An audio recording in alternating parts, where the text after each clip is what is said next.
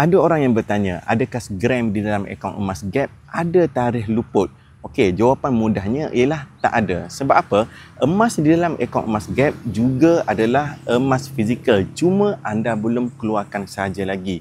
Jadi, bagi sesiapa yang takut untuk simpan di dalam akaun emas Gap, boleh sahaja keluarkan pada bila-bila masa, keluarkan gram tersebut, tukarkan menjadi emas-emas fizikal seperti gold bar ataupun dinar, kemudian peganglah sendiri di tangan seperti yang ada dalam tangan saya ini. Gram-gram emas di dalam akaun emas Gap hanyalah satu persinggahan sahaja sebelum anda keluarkan menjadi emas fizikal suatu hari nanti. Dan juga emas ini berfungsi kepada orang yang takut untuk pegang emas sendiri, takut dengan risiko dirompak, takut dengan risiko emas hilang dan sebagainya. Jadi, tidak wajib untuk anda simpan emas anda di dalam akaun emas Gap, tetapi ia adalah pilihan dan juga satu platform yang cukup bagus untuk anda mengumpul emas sedikit demi sedikit. Dengan akaun emas Gap, anda boleh kumpul emas segram demi segram, kemudian anda boleh keluarkan dan pegang emas fizikal sendiri seperti dalam tangan saya ini.